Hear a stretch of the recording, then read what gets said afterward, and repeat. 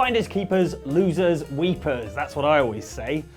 Or at least what I say about food, money, cars, pretty much anything I discover laying around. In fact, anything that's not nailed down. While the rule of finders keepers is a foundational part of video games, some video game villains aren't as principled as I am, and instead they nick things from straight out of your pockets, treating your inventory as their own personal store of supplies. Criminal activity in video games? Well, I never. Look out for these 7 enemies that steal your hard-earned stuff, and beware spoilers for the following games.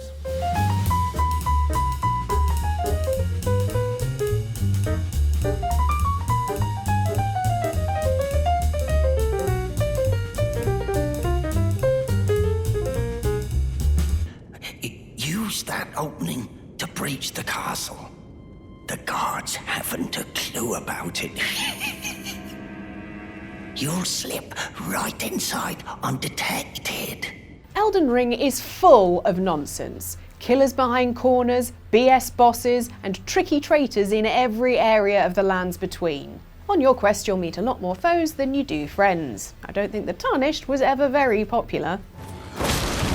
So when someone does want to have a little chat rather than plunge a spear through your chest, it's a nice change of pace. Is it really so hard to find a bloke who simply wants to help us achieve our goals? For example, breach Stormvale Castle undetected? Oh no, wait, here is one now. How entirely unexpected and surprisingly lovely. You're tarnished, aren't you? I would advise against taking the main gate into the castle. It's tightly guarded by hardened old hands. Oh, try the opening right here. The guards don't know about it. Hello, Gatekeeper Gostock. I'm sure your advice is sound and your intentions honest, as I walk into this dark room with some treasure waiting for me.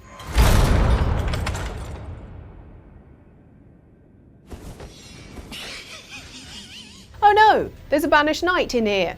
No matter, I'll just run away and... Wait, why is the door locked? Gostock? Gostock?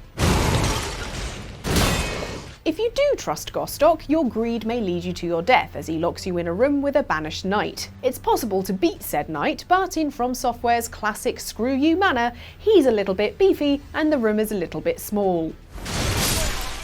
If you die, not only do you have to trek back through the castle walls, but once you retrieve your runes, you'll notice that a large portion of them will be missing, thanks to Gatekeeper Gostock's sticky fingers. I can do whatever takes my fancy. Though I guess it's finders keepers if the original owner is dead, right? Right? Yeah!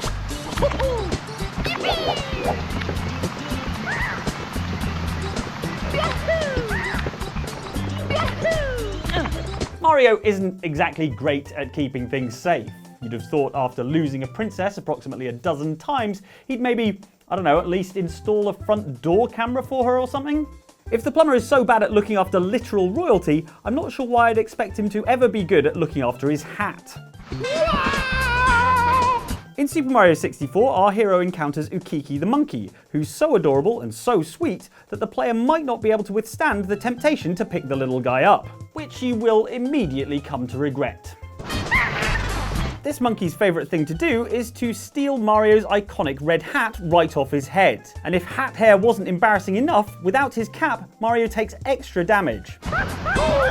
If you're thoroughly fed up of the monkey, you might think you can just finish the level and move on, right? Wrong. In the original Mario 64, you have to get it back from the monkey by cornering and capturing him, which is harder than it looks.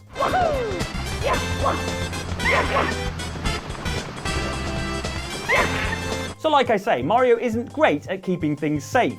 His princess, his hat, and above all, his dignity.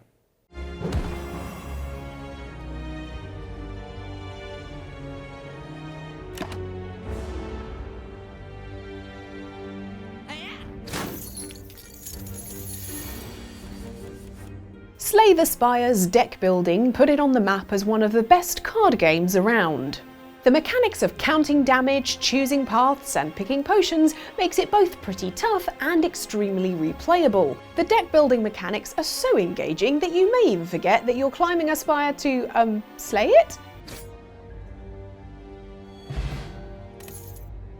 plot of Slay the Spire is that a giant whale monster is sending you up the tower again and again to kill whatever resides at the top, and as you go you encounter the tower's nasty inhabitants. Men with bird heads, rats controlled by parasitic mushrooms, and as if that isn't grueling enough, you'll also encounter a thief or two, or sometimes even three. The Spire seems like a tough place to live, so of course it has a few rapscallions knocking about. These thieves will hit you with their move Mug, taking your hard-earned coins.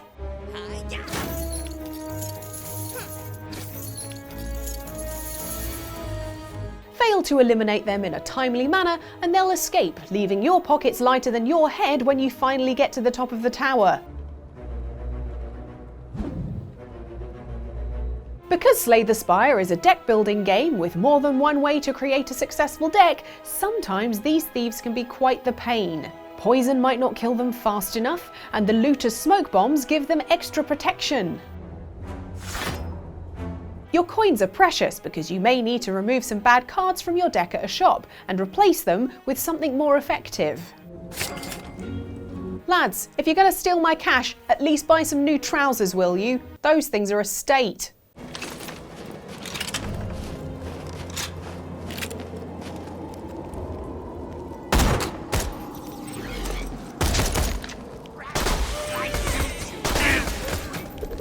The Borderlands aren't the most hospitable environments at the best of times. If Handsome Jack and his crew don't kill you, many monsters or marauders might, or perhaps even Tiny Tina if she's bored. A big draw of the Borderlands games is their pitch-perfect combination of looting and shooting. Run at your enemies, kill them dead, and then pick up their goodies in a violent cycle until you have the best kit around. It's a fantastic system, infallible even, which is why the rat thieves have used it for inspiration. These guys scramble towards you on all fours with the intention of picking your pockets.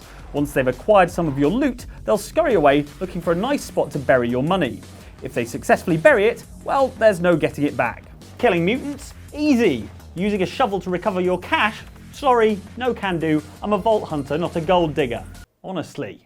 To get your cash back, you must engage with the rats in a formal debate about the long-term ethicality. Oh, no, wait, you actually have to shoot them. Like everything else in Borderlands.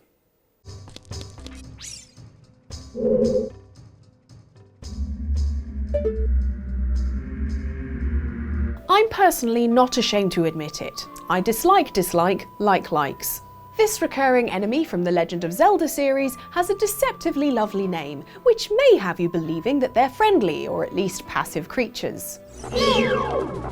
Likes, however, are slimy in more ways than one. In Ocarina of Time, these globs of goo attack you by capturing you in their mouths and chewing on you a little bit. While you're stuck in the jaws of a like, it'll likely steal your shield, making you much more vulnerable to attacks.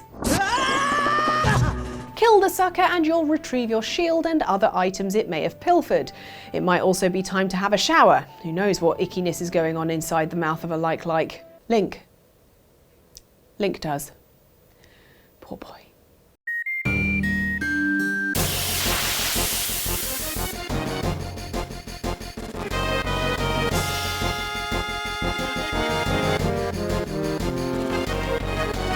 I was previously under the impression that when you pick master thievery, cat burglary or grand larceny as a hobby, you might want to try a dark, low-profile outfit so you can more easily hide in the shadows. Well, the bandits from Final Fantasy VII didn't get the memo and instead have wrapped bright white tea towels around their faces.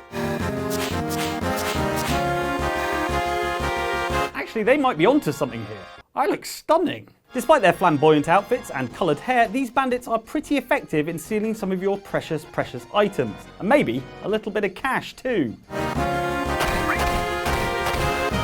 Like the thieves in Slay the Spire, they'll attempt to nick some loot before escaping, so beating them quickly is essential. Fortunately, they're not too tough, perhaps because their vision is obscured by their improvised facewear. These things are a real liability. Health and safety nightmare. Use your Joy-Con controllers in a variety of ways. Get your body moving to match the action on screen. And to move up in the competition. Many of these enemies are merely lines of code, polygons and predetermined menaces to your gameplay which can be forgiven. They're just doing the job or crimes that they were programmed to do. But even more sinister is when the video game villains are in the real world and are people you know, people you trust, people you liked, until you started playing Mario Party. Oh! Damn! Not even happy. That was my star you just lost. Where's it go? It doesn't go anywhere, it just goes. It goes. Gone. It's gone. I've taken a star. Stars and coins are crucial to winning a game of Mario Party. Coins are earned through traversing the board and winning mini-games, and you need those coins to purchase stars. And whoever has the most stars wins. However, there are tricks within Mario Party to steal stars from your opponents. By paying a Boo 50 coins, you can steal a star from someone else on the board, which will put you ahead. I was going to steal from Kong.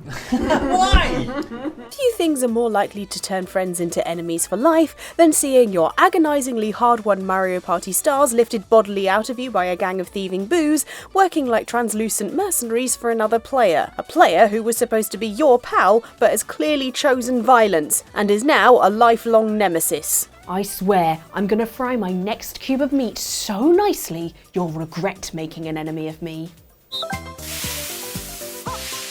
Thank you so much for watching this video about the video game enemies that stole your stuff. Now, if you'll allow us, we'd love to steal just a little bit more of your time. We have a video from Outside Xtra up here, and one down here from our sister channel, Outside Xbox. What's going? That's my phone! Get back here! Oh, I have to end the video in the seat. Bye!